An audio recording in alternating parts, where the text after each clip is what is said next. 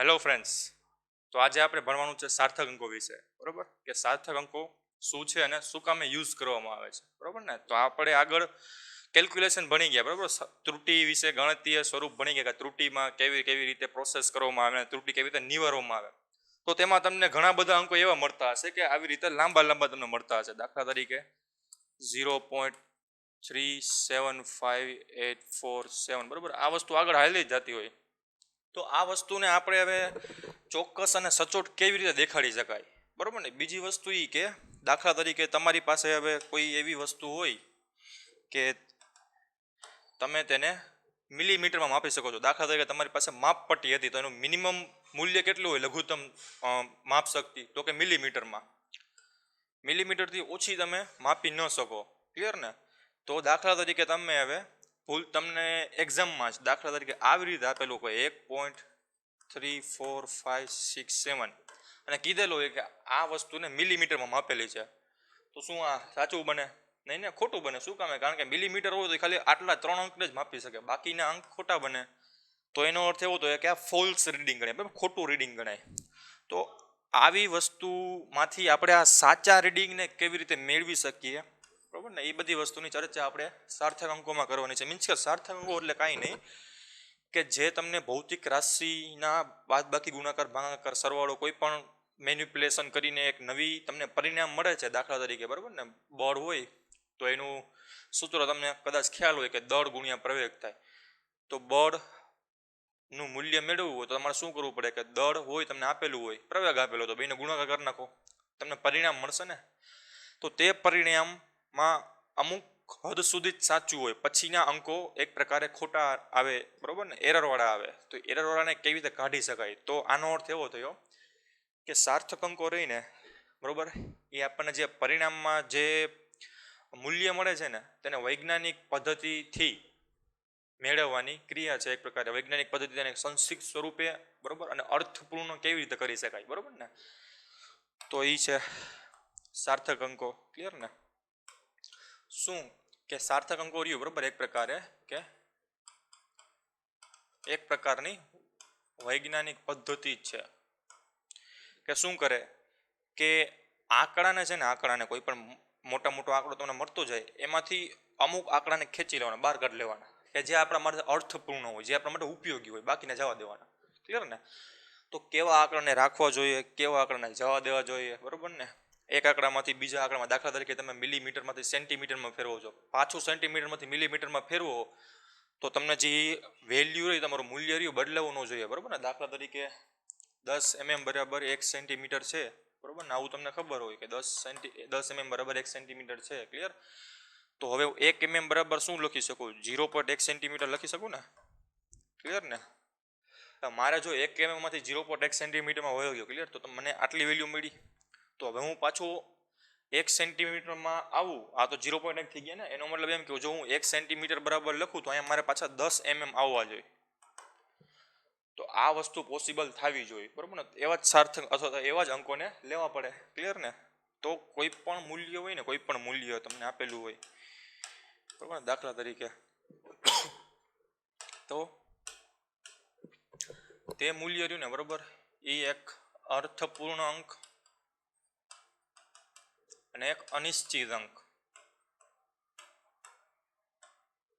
આ બે વસ્તુનું બનેલું હોય, બરોબર ને? દાખલા તરીકે આપણે એક્ઝામ્પલ લઈએ કે એનું ફૂટનું જ એક્ઝામ્પલ લઈએ, બરોબર ને? આવી રીતે 1 2 3 4 5, બરોબર ને? આ થોડુંક નાનું કરી નાખી, બરોબર? આવી રીતે 1 3 4 5, ક્લિયર ને? આ એક ફૂટ છે, બરોબર? આ 0 થી ચાલુ થઈ છે ના 1 સેન્ટીમીટર, બરોબર? આ આખું સેન્ટીમીટર છે, વચ્ચે એને mm ના કાપા છે, ક્લિયર ને? દાખલા તરીકે મારે એક આ વસ્તુને માપવી છે કે જે અહીંયા તમારે કોઇન્સાઇડ થઈ છે, બરોબર? અહીંયા તમારે ભેગી થઈ છે. કોઇન્સાઇડ મીન્સ કે ભેગી થવી, ક્લિયર ને? તો શું કરવાનું કે આપણે નિયમમાં જોઈ ગયા કે 0 થી સ્ટાર્ટ કરવાનું, જેનું એન્ડિંગ પોઈન્ટ આ કાપાને અડે એ આપણું મૂલ્ય થઈ ગયું. તો જોવો જોઈએ આ મૂલ્ય કેટલું થયું કે 0.5 સેન્ટીમીટર અહીંયા હોય, બરોબર ને? અથવા તો 5 mm. પછીનો એક કાપો, બરોબર? દાખલા તરીકે આ છઠ્ઠો કાપો છે અને આ સાતમો કાપો છે. એનો મતલબ એમ કે આ જે વસ્તુ રહેલી છે ને એ છઠ્ઠા અને સાતમા કાપાની વચ્ચે રહેલી છે, ક્લિયર ને? તો મિનિમમ વેલ્યુ કેટલી થાય? તો કે 0.5 + 6 mm. એનો મતલબ એમ કે MM માં જ વસ્તુ દેખાડતા હોય, આપણે આખા વસ્તુને MM માં દેખાડી તો કેટલી થાય કે 5 માં એટલે છઠ્ઠા કાપો, બરાબર. 6 mm આની લંબાઈ એપ્રોક્સિમેટલી થાય. સાચી છે તો કે ના? શું કામ? કારણ કે હજી લંબાઈનો થોડોક ભાગ 6 mm ની માથે છે, તો આપણે શું 7 mm લઈ શકીએ? બરોબર નહીં, બરોબર. શું કામે ન લઈ શકે? કારણ કે 7 mm તો ઓછી છે. તો એનો મતલબ એમ થાય કે આપણી લંબાઈ આને x માનતા હોય તો આને કેવી રીતે દેખાડી શકીએ કે ભાઈ 6 mm કરતાં મોટી છે, બરોબર ને? આ x વસ્તુ મેળવીએ છીએ, x વસ્તુ હોય, બરોબર. તો આ મોટીનો સિમ્બોલ આ થાય ને, ગ્રેટર ધેન. જે બાજુ પાખડા ખુલ્લા હોય એ બાજુ મોટું કહેવાય. તો 6 mm કરતાં જે આ લંબાઈ મળી એ મોટી છે, પરંતુ 7 mm કરતાં નાની છે, બરાબર ને? તો જે બાજુ બંધ થતું હોય એ નાનું કહેવાય. તો x એ 7 mm કરતાં નાનો છે, પરંતુ 6 mm કરતાં મોટો છે, અને આ સિમ્બોલ વડે દેખાડે. ક્લિયર? તો આપણને આવી વસ્તુ મળે.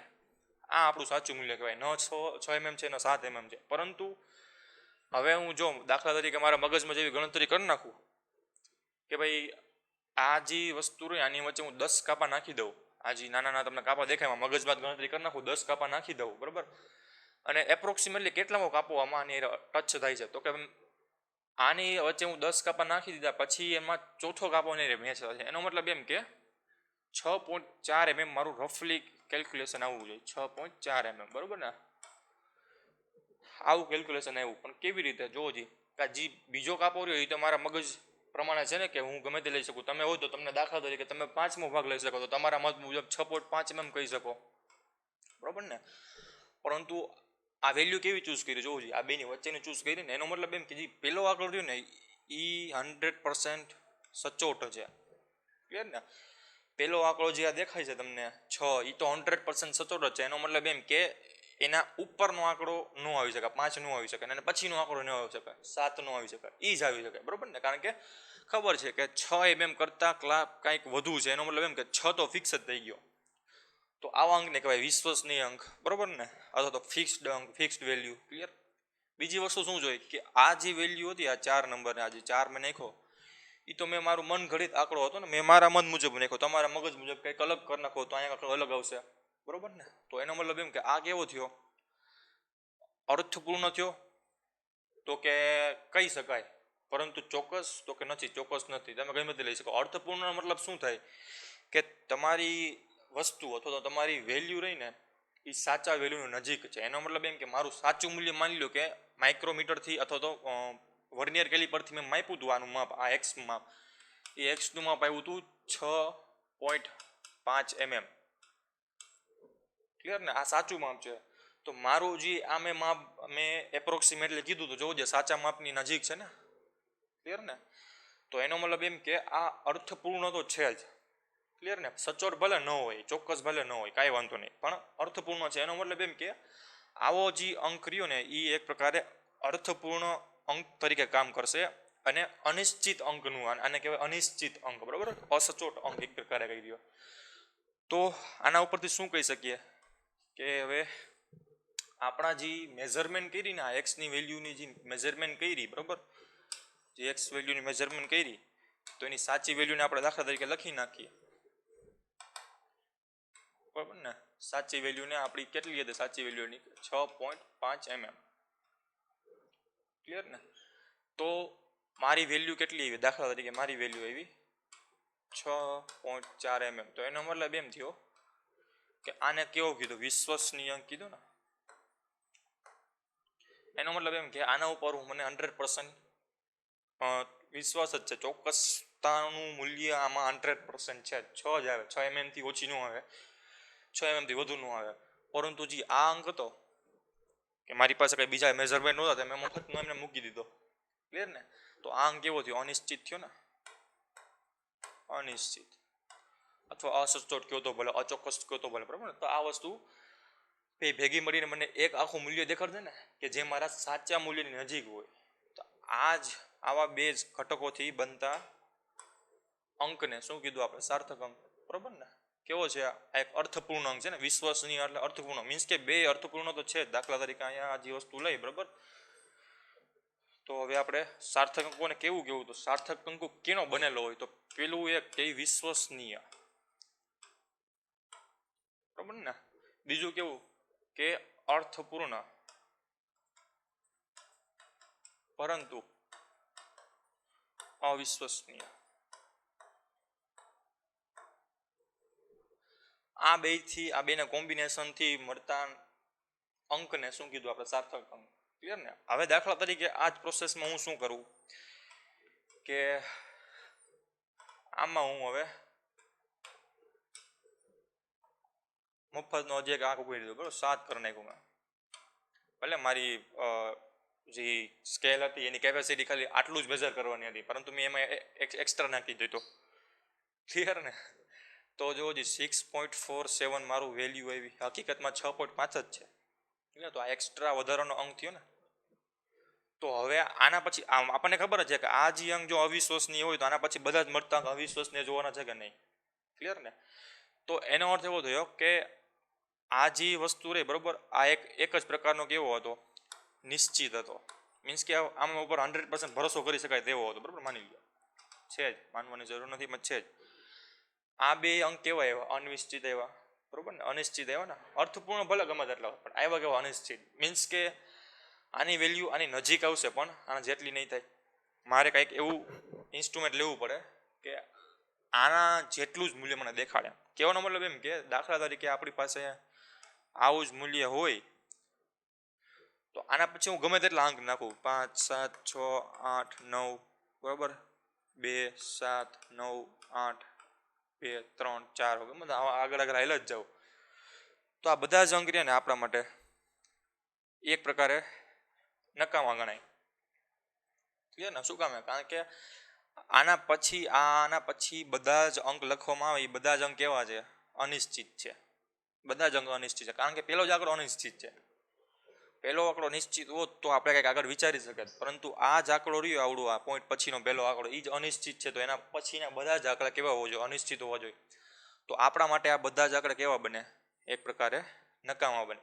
બરોબર ને? કંઈક કામ વગરના બને એક પ્રકારે. ક્લિયર ને? તો એનો અર્થ એવો થયો કે તમને જો કોઈ આવી વેલ્યુ આપેલી, આવડી મોટી વેલ્યુ, એમાંથી કામના વેલ્યુ કેટલી હોય? કામ આપણને કેટલા આંકડા સુધી જ આપી શકે? સચોટ વેલ્યુ કેટલી કહેવાય? તો કે આ 2 સુધી. તો આ 2 કોના પરથી નક્કી થયા? તો કે આપણી સ્કેલ ઉપરથી. એનો અર્થ એવો થયો કે સાર્થક અંકો રહ્યા ને ઇન્સ્ટ્રુમેન્ટ ઉપર આધાર કરે કે તમે કેવું ઇન્સ્ટ્રુમેન્ટ રાખો છો. માઇક્રોમીટર લ્યો, માઇક્રોમીટર. તો માઇક્રોમીટર ક્યાં સુધી જઈ શકે? તો કે 0 પછી 6 આંકડા સુધી માઇક્રોમીટર તમને સાચું રીડિંગ આપી શકે. ક્લિયર ને? બરોબર ને? તો દાખલા તરીકે આ જ રીડિંગ માઇક્રોમીટરમાં માપવામાં આવે તો એ તમને કેવું મળશે? તો કે 1 2 3 4 6 8 9, બરોબર, 1 2 3 4 5 6 7, આ 7 પોઈન્ટ પછી શું કીધું કે 6 આંકડા સુધીનું પરફેક્ટ રીડિંગ આપે. તો જુઓ 1 2 3 4 5 6 આટલા સુધી આપણે એમ કહી દઈએ કે આ નિશ્ચિત થઈ ગયા. તો અનિશ્ચિત અંક કયો થયો? તો કે આ થયો ને. આના પછી લખવામાં તો બધા જ આંકડા કહેવાય છે અનિશ્ચિત હોવા જોઈએ. બરોબર ને? એક પ્રકારના નકામો હોય છે. કારણ કે આપણને ખબર છે કે માઇક્રોમીટરની કેપેસિટી જ આટલી 6 ની છે, તો એ માપવાનું કેટલું વધારે? બરોબર ને? 6 થી વધારે તો માપી નથી શકવાનું. એનો મતલબ એમ કે સાર્થક અંકોનો ઉપયોગ તમે આવી પોઝિશનમાં અથવા તો આવું તમને સિચ્યુએશન આપેલી હોય, બરાબર, આવી કોઈ મૂલ્ય આપેલું હોય તો આમાં તમને ઉપયોગી નીવડે. કારણ કે આટલું બધું તમારે લખવાની જરૂર નથી.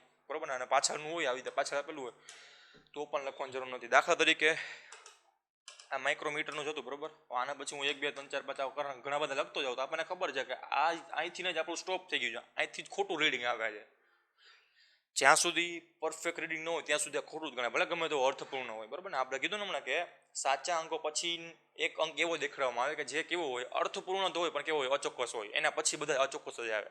ક્લિયર ને? તો જેને સાર્થક અંક કીધું. સાર્થક અંકોની એક ડેફિનેશન જ છે. કોઈ વૈજ્ઞાનિકે, બરોબર, આ એન્જિનિયરે કોઈ પણ વસ્તુ એક આના નિયમો જ બનાવ્યા છે, બીજું કાંઈ નથી. આ કોઈ પ્રાકૃતિક ઘટના નથી આ. બરોબર ને? આ એક પ્રકારના નિયમો છે. જે નિયમને આપણે સમજવાના છે સિમ્પલી. ક્લિયર ને? તો હવે માની લો કે આ જે 6 તમને આંકડા દેખાય છે વર્નિયર કેલિપરમાં, જે બધા સાચા જ છે, એમાંથી પણ આપણે રિડ્યુસ કરવા હોય તો એના પર નિયમ આવે. એને કહેવાય રાઉન્ડ ઓફ કહેવાય. બરાબર ને? રાઉન્ડ ઓફ કહીએ આપણે, રાઉન્ડિંગ ઓફ કે અરાઉન્ડ કઈ કે 450 રૂપિયા હોય તેમ કહીને કે લાવ ને 500 રૂપિયા લાવ ને. ક્લિયર ને? તો એ રાઉન્ડિંગ ઓફ કર્યું. તો આ વસ્તુ એક રાઉન્ડિંગ ઓફ છે. ક્લિયર? તો આ વસ્તુ આપણે સમજવાની છે. ક્લિયર ને? તો સાર્થક અંકોનો મતલબ શું થયો કે એક્સ વાય ઝેડ એ બી સી, આ હું કોઈ પણ 6 આંકડા લઈ લો, કોઈ પણ 6 આંકડા, એમાંથી મને ખબર છે કે આ જે 5 આંકડા ને એ 100% સાચા છે. તો એ કઈ કેટેગરીમાં આવે? જોવો જોઈએ 100% સાચા હોય તો આમાં આવશે વિશ્વસનીય અંકમાં આવશે અર્થપૂર્ણ પરંતુ અવિશ્વસનીય. ક્યાંથી ચાલુ થાય છે? બરોબર, અર્થપૂર્ણ પરંતુ અવિશ્વસનીય, તો કે અહીંથી આ ભાગથી અવિશ્વસનીય અંકોનું ચાલુ થાય છે ABCDEFG, બરોબર ને? તો આટલા અંકોનો વિશ્વસનીય થઈ ગયો.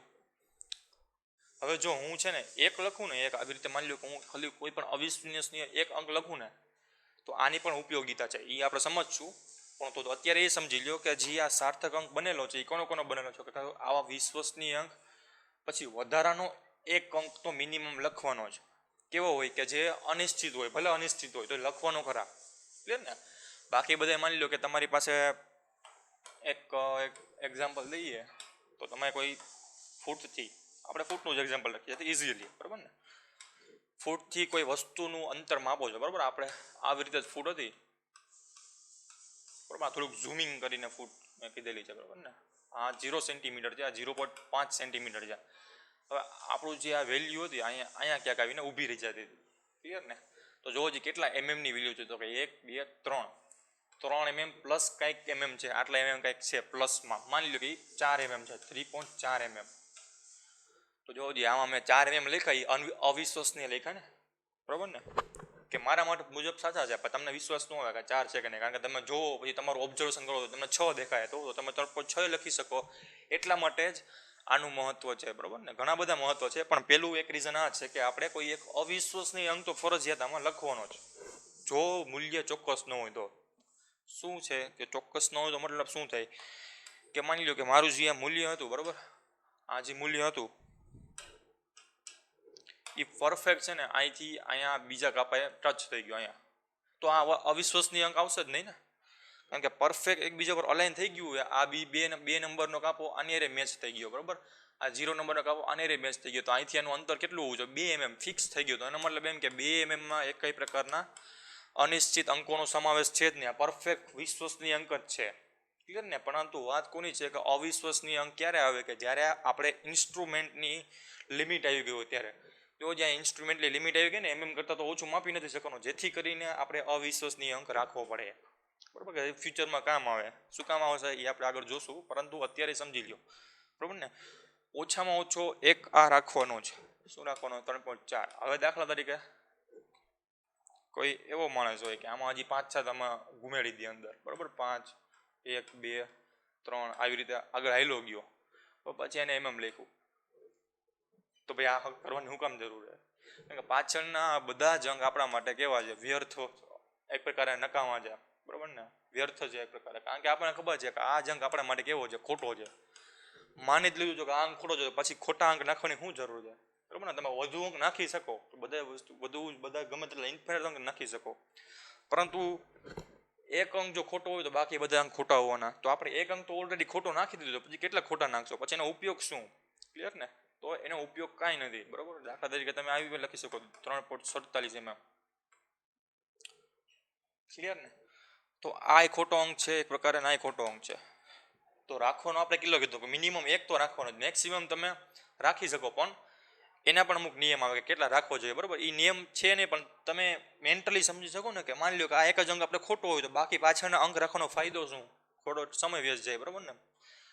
તો એટલા માટે જ આમાં એમ કીધું છે કે એક જ ફિક્સ રાખવાનો, ખાલી એક જ રાખવાનો, એક જ અંક રાખવાનો, બાકી નહીં રાખવાનો, બાકી ભૂસી નાખવાનો, ક્લિયર? દાખલા તરીકે આવી રીતે હોય, કિલોમીટરમાં માપવું હોય તો કોઈ પણ બે ગામ વચ્ચેનું અંતર હતું 8.9 કિલોમીટર, પરફેક્ટ માપ હતું આ, પરંતુ મને ખબર નહોતી, બરાબર? તો મેં કહી દીધું કે દાખલા તરીકે 8.87 કિલોમીટર આજુબાજુ છે, ક્લિયર ને?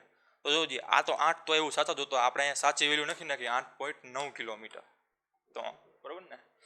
તો આ બે સાચી વેલ્યુ થઈ ગઈ, મીન્સ કે આ વિશ્વસનીય અંક છે. હવે જોવો જી આ સાચું છે અને આ ખોટું છે, તો અહીંથી જ ખોટું આવવાનું ચાલુ થઈ ગયું ને. આ મારે રાખવાની શું થોડુંક દોઢું થવાનું શું જરૂર છે, બરાબર ને? એટલા માટે જ મીન્સ કે દોઢો થવા માટે નહીં, પરંતુ કેલ્ક્યુલેશન ઓછી બને અને આપણને જે મધ્યવર્તી ગણિત, તમે આનું માની લો કે આનો ઉપયોગ કરતા હોય કોઈ પણ ગણિતમાં, આનો ઉપયોગ તમે વેલોસિટીમાં કરતા હોય, બરાબર? અથવા તો ઝડપ માપવાના પ્રયોગમાં કરતા હોય, ક્લિયર ને? તો ઝડપ માપવાના પ્રયોગમાં છે ને તમે માની લો કે 8 7 5 6 3 આવી રીતે કરતા જ ગયા બરાબર. પાછું ઝડપમાંથી તમે ડિસ્ટન્સમાં આવશો તો તમને જવાબ કેવો મળવો જોઈએ? આવો જ મળવો જોઈએ ને. ડિસ્કસ કરશું. દાખલા તરીકે 3 છે તમારી પાસે, 3 નંબર છે. આ 3 નંબર એનો વ્યસ્ત કરો તો શું થાય? 1/3 થાય. ક્લિયર ને? હવે દાખલા તરીકે આની વેલ્યુ આવી આપણને કંઈક x મળી બરાબર. 1/3 ને આપણે x કહી દીધી. તો હવે જુઓ આ x નો વ્યસ્ત કરું તો મને પાછું 3 મળવું જોઈએ ને. તો દાખલા તરીકે હું 1/x કરું તો મને શું મળવું જોઈએ? 3 મળવું જોઈએ. પણ 3 ન મળે તો શું કામે ન મળે? કારણ કે આને કારણે કે જો આપણે તમે ઘરે પણ અથવા તો તમે કેલ્ક્યુલેટર હોય તો તમે કરી શકો છો કે જો 3ની વેલ્યુ રહી બરાબર, 3ની વેલ્યુ એનો વ્યસ્ત કરશો 1/3 એટલે 0.333 થી આગળ વધતું જ જશે.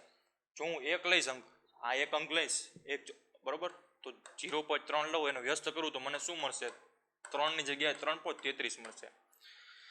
0.3 નો વ્યસ્ત કરીશ તો મને 3 મળવું જોઈએ ને. મેં ખાલી શું લીધું કે 0.3 જ લીધા તો મને શું મળ્યું? 3.33. હવે હું એક એક્સ્ટ્રા લઉં તો વધારાનો એક્સ્ટ્રા એક અંક લઉં તો હવે મારું પરિણામ કેવું આવશે કે 1/0.33 કરીશ ને, ક્લિયર? તો એ કેવું મળશે કે 3.03030 આવું હોતું જાય. તો આ મને 3 મળી ગયો ને. આના પછી તો હું ગમે તે કરી નાખું બરાબર ને. આને તો આપણી પાસે છે જ, પ્રોસેસ છે જ, ટૂલ છે જ.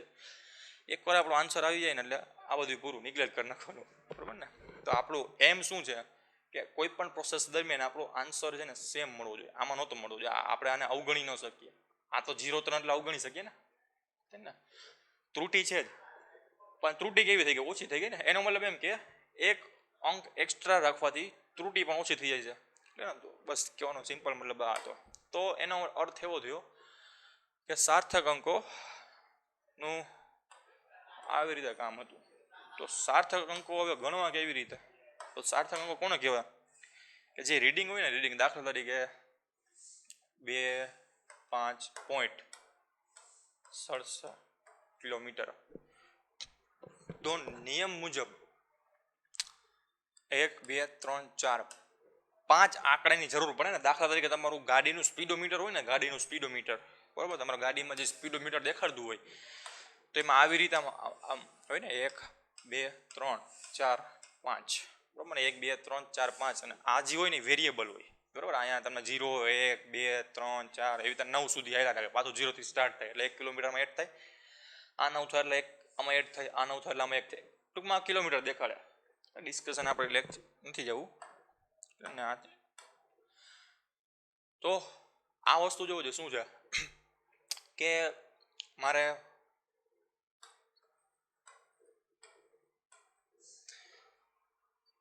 $50,888 કિલોમીટર જવું હોય દાખલા તરીકે બરાબર. આને હું પૂછી નાખું બરાબર. માની લ્યો કે મારે દેખાડવા છે આ કિલોમીટરમાં, મારે દેખાડવા છે કે 50,999 કિલોમીટર. તો 50,999 કેટલા અંકોનો બનેલો છે? 50,999 તો કે 1 2 3 4 5. એનો મતલબ એમ કે મારે 5 અંકની જરૂર પડશે. સમાન હોય વિરુદ્ધ હોય એવું કઈ જરૂર નથી, પણ 5 અંકની જરૂર પડે. તો આ 5 અંક રહ્યા ને જ કહેવાય સાર્થક અંક. ક્લિયર ને? 5 અંકોને જ કહેવાય શું કહેવાય કે સાર્થક અંક. મીન્સ કે મારે 5 0 9 9 9 સમાન હોય તો મારે કેટલા ખાના જરૂર પડશે? જોવો 5 ખાનાની જરૂર પડે ને. તો સેમ રીતે કોઈ પણ તમને વસ્તુ આપેલી હોય બરાબર, આવી રીતે તમને 235.7.09 તો આના પછીનું રીડિંગ માની લો કે તમને આવું મળ્યું કે 0345.15. આના પછીનું રીડિંગ માની લો કેવું મળ્યું કે 1345.67. તો જોવો દરેક કેસમાં તમને છે ને અંકોની સંખ્યા કોમન મળે છે ને. કેટલી મળે છે? તો કે 1 2 3 4 5 ને 6. એનો મતલબ એમ કે તમારે આ જ પ્રયોગ દરમિયાન, આ તમે પ્રયોગ કરતા હતા તમને ડેટા મળ્યો, આ પ્રયોગ દરમિયાન તમારે કેટલા આંકડાની જરૂર પડે જોવો ટોટલ? તો કે 6 આંકડાની. તો આનો સાર્થક અંક કહેવાય 6. ક્લિયર ને? તો આ જ વસ્તુનો નિયમનો અભ્યાસ આપણે કરવાનો છે. ક્લિયર ને? તો સાર્થક અંકો અલગ અલગ નિયમના બનેલા છે કે સાર્થક અંકો હોય તો કેને સાર્થક અંકો કહેવાય. દાખલા તરીકે તમને વેલ્યુ કહું કે 1.234, બીજી વેલ્યુ હતી 1.23, ત્રીજી વેલ્યુ હતી 1.2. તો જોવો આમાં અલગ અલગ પ્રયોગ, એક જ પ્રયોગમાં મને અલગ અલગ રિઝલ્ટ મળે છે ને. સમજ્યા ને? તમે એક જ વસ્તુ માપતા હોય તો એમાં તમને આવા પ્રયોગ આવા રિઝલ્ટ મળ્યા. તો આમાં સાર્થક અંકો કેટલા ગણવા? તો પહેલાનો તો કહેતા કે 4 સાર્થક અંકો છે ને, ત્રીજા માટે 3, બરોબર, આના માટે 2. એનો અર્થ એવો હતો કે આમાંથી સાર્થક અંકો ગણવા કોને? ક્લિયર ને? તો સાર્થક અંકો ગણવા કોને, તો એનો મતલબ આમાં શું આવ્યું જોવો જોઈએ. એરર કોની આવી? તો કે મેઝરમેન્ટની. મેઝરમેન્ટ એટલે કે જે આપણે ઇન્સ્ટ્રુમેન્ટ વાપરીએ છીએ, જે આપણે સાધન વાપરીએ છીએ, એમાં આવીને એરર. એનો મતલબ એમ થયો કે સાધન રહ્યું, સાધન એનું લિમિટેશન જોવાનું આપણે, બરાબર. આપેલું હોય તો વાહ સારું કહેવાય. દાખલા તરીકે તમને એમ કે મિલીમીટરમાં તમને માપવામાં આવ્યો તો આપણને ખબર પડી જાય કે આ સાચું છે, આ બાકી બે ખોટા છે. શું કામે? કારણ કે મેક્સિમમ અહીંયા સુધી માપી શકે. તો આ બે ઓબ્વિયસલી ખોટા છે ને. અરક પદુલો થઈને આ કોક લખી આવ્યું હોય તો ન હાલે. ને તો સાર્થક અંકો આ પ્રમાણે થાય. બીજી વસ્તુ એ કે નિયમો મુજબ જોશી તો શું આવશે? તો કીધું એ જ આવશે કે મિલીમીટરમાં માપ હોય તો પોઈન્ટ પછી 2 આંકડા સુધી જ માપી શકે, ત્રીજા આંકડામાં એરર જ આવે. માઇક્રોમીટરમાં હોય તો પોઈન્ટ પછી 6 આંકડા સુધી જ માપી શકે, 7મા આંકડા સુધી ન આવે. તો આવી રીતે અલગ અલગ ઇન્સ્ટ્રુમેન્ટના ડેટા તમને આપેલા હોય તો તમે ડિફરન્શિએટ કરી શકશો, તમે એને અલગ અલગ પાડી શકશો. પરંતુ આવું તમને મળે પરિણામ અને તમને ખબર જ છે કે મારી પાસે જે માપન રહ્યું ને, માપન સાધન રહ્યું ને, સાધન એનું તમને લઘુત્તમ માપ ખબર હોય તો તમે પરફેક્ટ રીતે કહી શકશો કે દાખલા તરીકે તમારું લઘુત્તમ માપ રહ્યું પોઈન્ટ પછી 2 આંકડાનું વિશ્વસનીય અંક છે, તો એનો મતલબ એમ થાય કે તમારું આ રીડિંગ સાચું હોય. આના આ બધામાંથી આ તમારો ઓપ્શન સાચો. શું કામ એમ? કારણ કે પોઈન્ટ પછીના 2 આંકડા વિશ્વસનીય અને પછીનો ત્રીજો આંકડો કેવો થાય? અનિશ્ચિત. તો આ જ સાર્થક અંક થઈ ગઈ ને. આપણે ડેફિનેશન મુજબ જોઈ ગયા કે એક અંક તો એવો રાખવાનો જ, બરોબર, બેકઅપ માટે, કે જે આપણને મધ્યવર્તી ગાણિતીય સ્વરૂપ માટે મદદ કરે. એટલે ને તો આ બે કેવા થાય? એક પ્રકારે ખોટા થશે, બરોબર ને? કારણ કે ચોક્કસતા આમાં ખોટી છે, ઓછી છે, ચોક્કસતા આમાં ઓછી છે. ચોક્કસતા કેમાં છે? બધું આમાં. સચોટતા પણ કેમાં છે? તો સચોટતા બધામાં સારી છે, ક્લિયર ને? તો આપણે કેમાં જવાનું? ચોક્કસમાં જવાનું. એનો મતલબ એમ કે જેમ જેમ હવે આપણે નેક્સ્ટ ભણશું ને એમ તમને આનો વધારે ખ્યાલ આવશે, બરાબર ને? તો નેક્સ્ટ લેક્ચરમાં આના થોડાક નિયમો ભણશું. Thank you.